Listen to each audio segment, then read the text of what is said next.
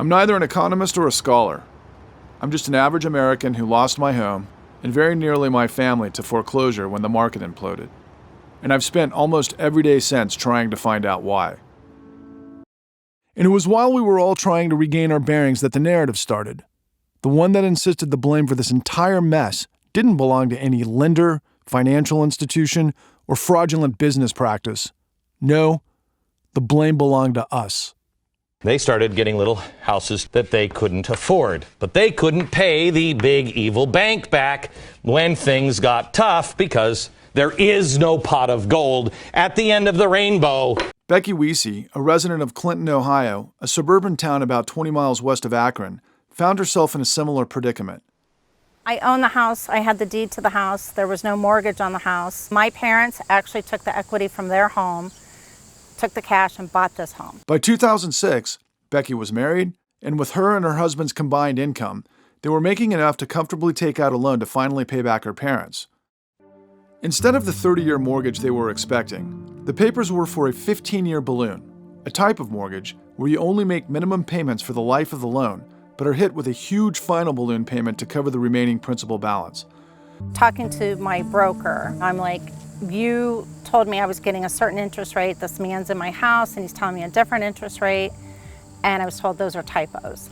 So You were told they were typos? Typos. They wanted me to sign that day because they were from Cleveland, which is 45, 50 minutes away. We were hesitant to do that and signed a separate document saying that they were going to overnight me the corrected papers. Made sure they gave me the phone numbers to rescind the loan if they're not telling me the truth or I didn't feel comfortable. So I really did look at that paper and I thought, they're telling the truth.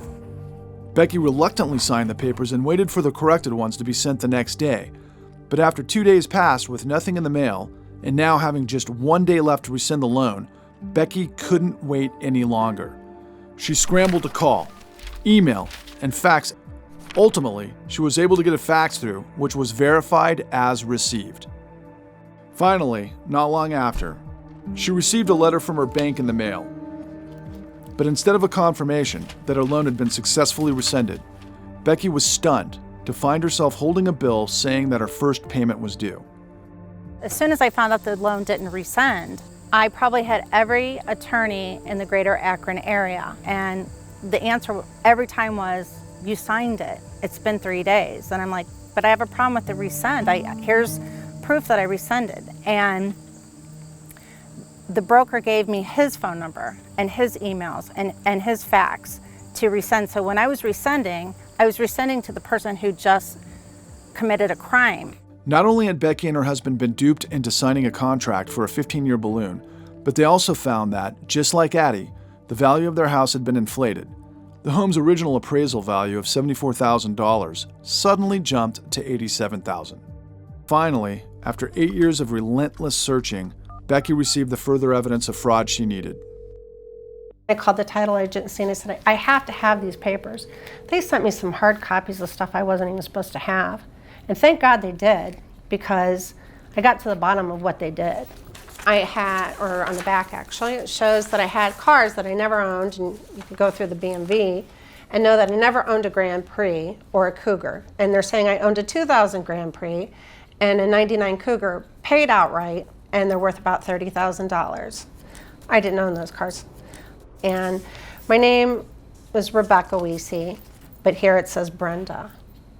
They kind of forgot as they were forging who they were signing. And you recognized right away, this is 8 years after the fact, that that's not your signature. That's not my signature, and it's not even my name. Well, what was your reaction when you figured that out for the first time? I called the police, and I made a police report, because this is new discovery, and I was told I needed new things in order to pick this back up with an attorney.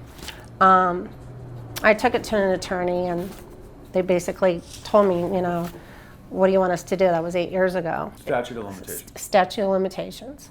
You need new information. If I would have had this in 2001, or the day I went to every attorney in Akron, the first 6 months that I was fighting this, the first day I fought it, if I would have had this piece of paper in my hand, that loan would have been void. But because I found this 8 years later, it doesn't mean anything and it's fraud, but it means absolutely nothing because I didn't find it in time. Somebody hid it from me.